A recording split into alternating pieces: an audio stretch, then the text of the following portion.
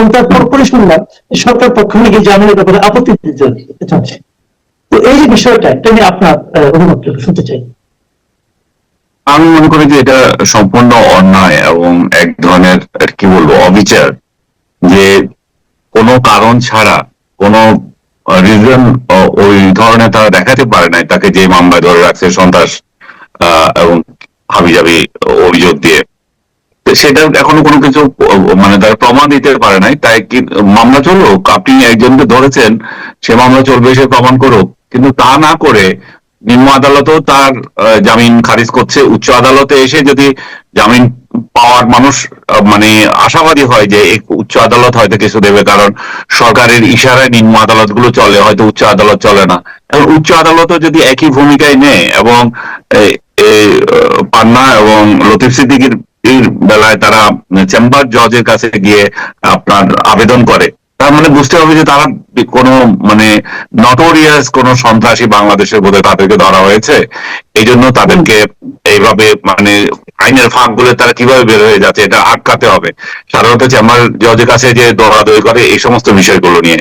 আর আমরা দেখলাম 5 আগস্টের পর থেকে দেশে চিহ্নিত সন্ত্রাসী জঙ্গি যে যেখানে যেভাবে পারছে একটাও আর জেলে নাই, সব বেরিয়ে গেছে। আর একজন সাংবাদিক আর একজন রাজনীতিবিদ যাদের বিরুদ্ধে স্পেসিফিক কোনো আপনি অভিযোগ এখনো আনতেই পারেন নাই, তাদেরকে একটা আইন মানে অবৈধ ইয়ে দিয়ে মামলা দিয়ে মানে অন্যায় মিথ্যা মামলা, অবৈধ না মিথ্যা মামলা দিয়ে আপনি আটকে রেখেছেন। তো এটা তো মানবতার লঙ্ঘন। এবং সরকার যে বলে বাক স্বাধীনতা যে কথা বলে, সেগুলো যে একটা বুলি সেটার আর একটা প্রমাণ। তারা একটা অনুষ্ঠান করতে গিয়েছিল, সেই অনুষ্ঠানে তো বক্তব্যই দিতে পারে নাই। যে অনুষ্ঠানে তারা উপস্থিত ছিল কিন্তু বক্তৃতাই দিতে পারে নাই, তার আগে এটা পণ্ড হয়ে গেছে। তো কি অপরাধে তাদেরকে জেলে রাখা হবে? আমি মনে করি যে এটা কি বলে অন্যায়, এরকম অন্যায় মানে আপনি দেখেন, আমি একটু বলি, তারা কিন্তু সেই অনুষ্ঠানের আয়োজক না, তারা সেখানে অতিথি হিসেবে এবং অনেকে কিন্তু দর্শক হিসেবে, কিন্তু তাদের ভোটটা কেন? সেটাই কথা। আমাকে একজন অনুষ্ঠানে একটা আমন্ত্রণ জানালো, আমি গেলাম, আমি অপরাধী হয়ে গেলাম। আমি আপনাকে আগেও বলেছি, আপনি আমাদের আরো অনেককে ওই অনুষ্ঠানে দাওয়া দেওয়া হয়েছিল, আমার ব্যক্তিগত কারণে আমি যেতে পারি নাই। এবং আমি সকালবেলা আরো সতর্কতা যে খুব এত ভোরে কোনো অনুষ্ঠানে যেত আমার ভালো লাগে না। তাছাড়া আমার নীতিগত সিদ্ধান্ত আছে, আমি অ্যাক্টিভিজমে বিশ্বাস করি না। এখন যে যেভাবে বিশ্বাস করে সে সেভাবে যাবে, এটাতে অন্যের কেন আপত্তি হবে? এবং সে আপত্তি করে যদি কিছু বলে থাকতো তাহলে একটা কথা ছিল। আর ওই সংগঠনটা কি বাংলাদেশের নিষিদ্ধ কোনো সংগঠন নাকি নাকি কোনো জঙ্গি সংগঠন যে যারা একটা অনুষ্ঠান আয়োজন করতে পারবে না? এবং এটা যদি হয়ে যায় যে বঙ্গবন্ধুর কথা বলা যাবে না, স্বাধীনতার পক্ষে কথা বলা যাবে না, মুক্তিযুদ্ধরা মিলিত হতে পারবে না, এটাও তাহলে একটা আইন করে দেওয়া হোক যে এই কাজগুলো আমাদের শাসন আমলে করতে পারবে না। তাহলে মানুষ সতর্ক থাকতে পারে, মানুষের এই ধরনের হেনস্থার শিকার হতে হয় না।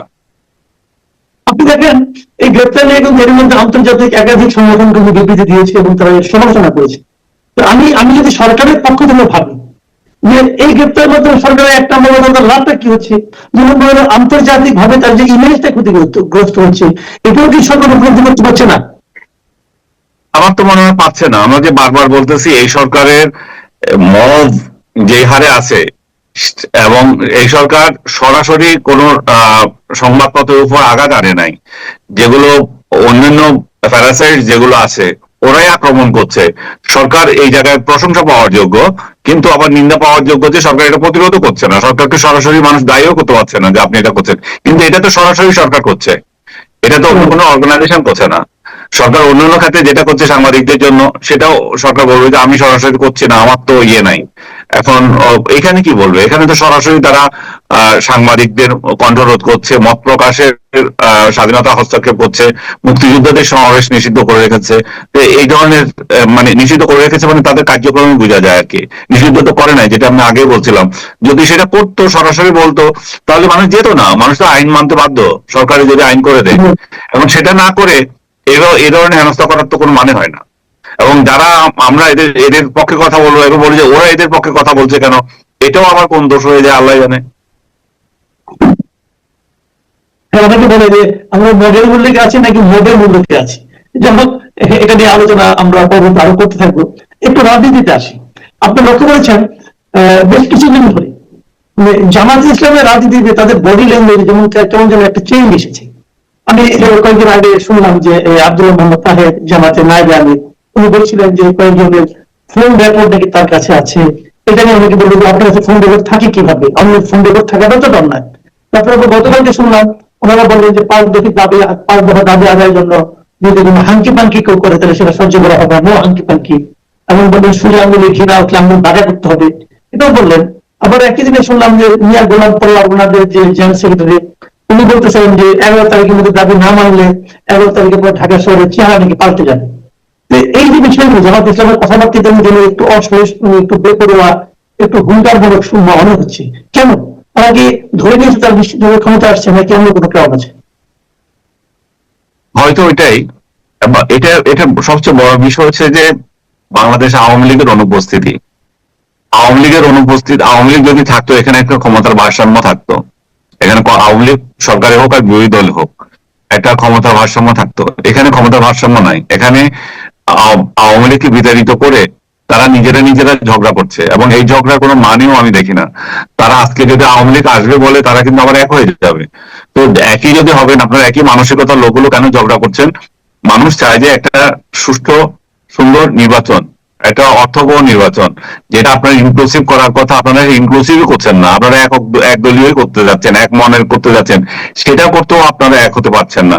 সেটা তো জাতির জন্য খুবই দুঃখজনক ঘটনা। এবং বিএনপিকে যেভাবে বিএনপির ভাষায় তাদেরকে প্রতারণা করা হয়েছিল, সেই প্রতারণাগুলো জবাব দেন আপনি। যে আমরা একটা জিনিসে স্বাক্ষর করলাম একরকম, এবং আমাদেরকে আবার বলা হচ্ছে খরচা যেটা দেওয়া হলো, চূড়ান্ত যেটা রিপোর্ট দিল সেখানে আরেক রকম। তো এই যে অবিশ্বাস তৈরি হয়েছে একটা সরকারের, একটা কমিশনের প্রতি, একটা যারা সংস্কার করবে, যারা জুলাই সনদ মানাবে তাদের প্রতি, সেই জায়গায় তাহলে অবিশ্বাসটা দূর করার ব্যবস্থা করেন। সরকার সেই ব্যবস্থা না করে এটা রাজনৈতিক দলগুলোর উপর ঠেলে দিল। রাজনৈতিক দলগুলোর উপর ঠেলে দেওয়া মানে তারা এখন মারামারি করা, তারা বাকওয়াজ বক্তৃতা মানে একে অন্যের বিরুদ্ধে। এই ক্ষেত্রে বাকওয়াজ বক্তৃতায় জামাত ইসলাম এগিয়ে আছে বলতে হবে, কারণ তারাই বেশি আক্রমণ করছে এবং তারা রাজপথে নেমে গেছে। বিএনপি এখনো রাজপথে নামে নাই, বিএনপির ভাষা এখন সংযত আছে। বিএনপি আজকেও বলছে, মির্জা ফখরুল বলছেন যে গণতন্ত্রকে আবারও ধ্বংস করার চক্রান্ত চলছে। আজকে 7ই নভেম্বরের অনুষ্ঠানে তারা এটা বলেছেন, উনি মির্জা ফখরুল সাহেব কিছুক্ষণ আগে। সো এখন তাহলে এটা সমাধান কি? সমাধান তাদেরকে করতে হবে। তারা একটা যৌক্তিক কারণ দেখাতে হবে। তারা এই যে এই আন্দোলনগুলো করছে, তারা পিআর এর দাবি তুলেছিল, ঠিক আছে, পিআর এর দাবি তুলছেন, আপনার উচ্চ কক্ষের ব্যাপারে ছিল, সেটা কিভাবে কমপ্লিট করবেন সেটা বলেন। এখন নিম্ন কক্ষেও চাচ্ছে, তার মানে এরা প্রতিদিন একটা না একটা ইস্যু তৈরি করতে চাচ্ছে। সোজা আঙ্গুলে ঘি না উঠলে আঙ্গুল বাঁকা করবে, এবং তাদের ঘি দরকার। ঘি যখন দরকার তখন একটা ইলেকশনের দরকার কি? আপনারা নিজেরা, হ্যাঁ, জিনিসটা কি? ঘি জিনিসটা ওই যে দাবিগুলো 5 দফা, এই যে পিয়ার দিতে হবে, নিম্ন, তারপরে আপনার রেফারেন্ডাম দিতে হবে। তবে বক্তৃতার ভাষা পাল্টে গেছে না? মানে হ্যাঁ, ওনারা মনে করছে যে ক্ষমতায় চলে গেছেন। বিএনপিও 5 আগস্টের পর থেকে যে সমস্ত আচরণ করেছিল সেগুলোতে তারা প্রতিফলিত হয়েছিল যে তারাই ক্ষমতায়। এখন জামাতে ইসলাম দীর্ঘদিন সামলিয়ে আসছে প্রশাসন দখল করা, তারপরে বিশ্ববিদ্যালয়গুলো দখল করা, এই কাজগুলো এখন তাদের অলমোস্ট সমাধানের পথে। এই অবস্থায় তাদের ক্ষমতায় যাওয়ার পথে বাধা, ক্ষমতায় যাওয়ার পথে বাধা তো হচ্ছে বিএনপি। যদি মানে একটা সুষ্ঠু নির্বাচন হয়, আওয়ামী লীগের অনুপস্থিতিতে বিএনপি কে হয়তো মানুষ ভোট দেবে, কিন্তু তারা হয়তো চাচ্ছে না যে বিএনপি কে কেন দেবে। এবং এই আওয়াজ লাগিয়ে যদি এটা আরো পিছানো যায়, বিশেষ করে আমি বারবার বলছি একটা কথা, যে আপনার এই গণভোট যে বিষয়টা, সেটা কেন ইলেকশনের আগে হবে সেটা জাতি কিন্তু কনভিন্স হতে পারছে না। ইলেকশনের আগে, সংসদ নির্বাচনের আগে হবে। সংসদ নির্বাচনের আগে সময়টা কোথায়, আর কেনই বা হতে হবে এত কোটি কোটি টাকা শ্রাদ্ধ করে? তাহলে সেটা কিন্তু জামাতে ইসলাম বা আদার্স দিতে পারে না। তারা বলে যে লেজিটিমেসি দরকার। সংসদ নির্বাচন যখন হয়ে যায়, তার থেকে বড় লেজিটিমেসি কে দিতে পারে? সংসদে তো হয়ে যাবে। স্মরণ করে দিই, এই যে আপনি বললেন যে কোটি কোটি টাকা ব্যয় আগে কেমন নির্বাচন হবে, জামাত কিন্তু একটা চমৎকার যুক্তি দিয়েছে। জামাতের যুক্তিটা হলো যে প্রতিদিন নাকি যে টাকা চাঁদাবাজি হয়, সেই একদিনের চাঁদাবাজির টাকা দিয়ে নাকি একটা গণভোট করা সম্ভব। তো যদি একদিনের চাঁদাবাজি দিয়ে গণভোট করা সম্ভব হয়, আমার প্রশ্ন হচ্ছে যেদিন গণভোট হবে সেদিন কি চাঁদাবাজি হবে না? এটা কি কথা না, বলছেন? একদিনের চাঁদাবাজি দিয়ে যদি গণভোট হইতে পারে, তাহলে চাঁদাবাজিটা ওনারা বন্ধ করে দিক না। আমরা তো চাঁদাবাজি বন্ধ করার জন্যই নির্বাচন চাচ্ছি। যে যান ভাই, আপনারা নিজেরাই চাঁদাবাজির লাইসেন্সটা পান। এখন এখন আপনারা সবাই লাইসেন্স আপনাদের চাঁদাবাজির। তো চাঁদাবাজির লাইসেন্সটা এক দলকে দেন, আমরা তো সেটা চাচ্ছি। মানুষ তো এক দলকে চাঁদা দিতে চায়, 3 দলকে চাঁদা দিয়ে 14 দলকে চাঁদা দিয়ে তো মানুষ ব্যবসা বাণিজ্য করতে পারছে না, টিকতে পারছে না। তো সেটার সেই জায়গায় আপনি প্রতিবন্ধকতা সৃষ্টি করছেন কেন? এটা স্পষ্টই, আমি বারবার বলছি, একটাই কারণ।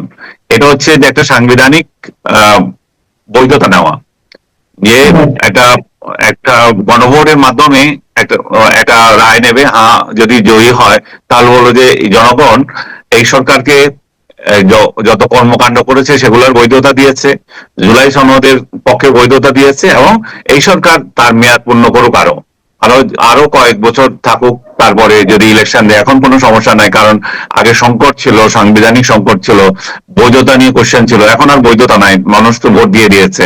এবং এই গণভোট যেটা বাংলাদেশের ইতিহাসে যে আগেও 3 বার হয়েছিল, জিয়াউর রহমানও এইভাবে বৈধতা নিয়েছিল যখন উনি জেনারেল ছিলেন, এরশাদও এইভাবে বৈধতা নিয়েছিল। তো এই 2বার বৈধতা পেয়েছে। আরেকবার তো খালেদা জিয়া, সেখানে বৈধতার প্রশ্ন আসেনি, সেখানে সংসদ বহাল ছিল।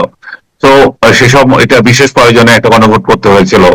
তারপর এখন এই 2টা গণভোটের উদাহরণ দিয়ে তারা বলবে যে আমরা তো এখন বৈধতা পেয়েছি, এই সরকারকে আরো লেংদি করতে দিই। আর এই সরকারকে লেংদি করতে দেওয়া মানে হচ্ছে যে বিএনপির বিরুদ্ধে আরো অভিযোগ করা, বিএনপিকে আরো ডাউন করা, এবং দেশের মধ্যে একটা অস্থিতিশীলতা তৈরি করা। ওনারা 11 তারিখ ঢাকায় অচল করে দিতে চাচ্ছেন, এদিকে আওয়ামী লীগ চাচ্ছে যে 13 তারিখ ঢাকা অচল করতে। তারা এর মধ্যে আহ্বান জানিয়েছে তাদের লোকদেরকে ঢাকা আসার জন্য। তো ঢাকা ঢাকা ঢাকা কেন এত কষ্ট করবে রে ভাই? আপনারা এগুলা অন্য কোথাও যাই করেন না। হ্যাঁ, ঢাকাবাসীর কেন এত কষ্ট সহ্য করতে হবে আপনাদেরকে? রাজপথের এই সমস্ত আন্দোলন, এই সমস্ত হাঙ্গামা, এগুলাতে রক্ষা পাওয়ার জন্যই তো মানুষ চেয়েছিল যে একটা একটা পরিবর্তন, একটা রেজিম চেঞ্জ। এখন রেজিম চেঞ্জ হইতে আপনারা দিচ্ছেন না কেন? চেঞ্জ হওয়ার পরে আরেকটা যে গণতান্ত্রিক উপায়ে একটা সরকার আসবে, সেই জায়গায় আপনারা কেন বাধা দিচ্ছেন বারবার? মানুষ খুবই বিরক্ত এই সমস্ত কর্মকাণ্ড নিয়ে। হয়তো ওনাদের দলীয় দালাল যারা আছে, হয়তো রাজনৈতিক দলের দালাল যারা আছে, তারা এটাতে মজা পেতে পারে, তারা ক্ষমতা ভোগ করছে, কিন্তু সাধারণ মানুষ জর্জরিত। সাধারণ মানুষ তাদের অন্ন, বস্ত্র, শিক্ষা সবকিছু তারা মানে রুদ্ধ হয়ে গেছে, তাদের তাদের দুর্বিষহ জীবনযাত্রা হয়ে গেছে, তারা তাদের আয়ের উৎস কমে গেছে। এই যে তারা কোনো একটা কেউ বিনিয়োগ করছে না, কারণ সবকিছু স্থবির হয়ে আছে একটা নির্বাচনের জন্য। এখন এই নির্বাচন যদি জানুয়ারিতে হয় আরো ভালো। সেই জায়গায় রাজনৈতিক দলগুলো একটা অন্যের উপরে মানে খবরদারি করে কিভাবে কে ক্ষমতায় যাবে সেই চেষ্টা করছে। মানুষের কি আসে যায় জামাত যাক আর বিএনপি যাক, আপনারা যে যান, আপনারা ভোটটা দেন, মানুষ পছন্দ করুক। আপনি কি মনে হয় নির্বাচনটা কি আসলে ফেব্রুয়ারিতে হওয়ার ব্যাপারে আপনার কি আশঙ্কা আছে? আপনারা যেভাবে ওনারা যে প্যাঁচ লাগাচ্ছে একটার পর একটা, আশঙ্কা তো আছে ফেব্রুয়ারিতে ইলেকশন হবে কিনা। সরকারের তরফ থেকে একটা দৃঢ়তা ছিল যে আমরা ফেব্রুয়ারিতে ইলেকশন করব, কিন্তু যখন এই ইস্যুটা রাজনৈতিক দলগুলোর উপর ছেড়ে দিল 7 দিনের দিয়ে, তখন তো আর একটা রিলে ডালা শুরু হয়ে গেল, তখন রাজপথে নেমে গেছে, 5 দফা দাবি শুরু হয়ে গেছে। এখন যে বিষয়গুলো নিয়ে ওনারা 9 মাস ধরে তর্ক করেছেন, বসছেন পাশাপাশি, সেগুলোকে বাদ দিয়ে আবার নতুন নতুন ইস্যু আনছেন। তো তার মানে এত সব ইস্যুর মিনিংটা কি? একটাই মিনিং হচ্ছে যে নির্বাচন পিছিয়ে দেওয়া, নির্বাচনের পরিবেশ নষ্ট করা। এখন এইভাবে যদি চলতে থাকে আইন শৃঙ্খলা তো ঠিক থাকবে না, আর আইন শৃঙ্খলা ঠিক না থাকলে এটা কি ধরনের নির্বাচন হবে? সেটা তো ঘরে বসে বসে বসে ভাগাভাগি করেও তো হয়ে যেতে পারে। সরকারের টাকাগুলো খরচ করবে কেন? এবং তাতে করে এবং এবং নির্বাচন যদি হয়ে যায়, ডক্টর ইউনূস একটা সেফ এক্সিট পাবে। এখন তাকেও সেফ এক্সিট দিচ্ছে না, তাকে বলছে আপনি থাকেন, আপনার মাথায় কাঁঠাল রেখে আমরা খাবো। হ্যাঁ, তারা যদি এই জুলাই সনদের পক্ষে ভোট নিয়ে সংসদ নির্বাচনের আগে এই বৈধতা নেওয়ার উদ্দেশ্য হচ্ছে যে এটা, যে ডক্টর ইউনূসকে তখন বলা হবে যে বৈধতা আপনি পেয়ে গেছেন, ডক্টর ইউনূস তখন খুশি মনে বলে যে ঠিকই তো আছে, আমি থাকি, এবং তার সভাসদ বলবে যে এই তো আমাদের একটা বৈধতা এসে গেল, সমস্যা কি? এখন মজা মজা। এখন যেভাবে ওনারা মজা এনজয় করছেন সেভাবে আরো এনজয় করবেন। জি, অনেক ধন্যবাদ, ধন্যবাদ জনাব আলী সালাম। আজকে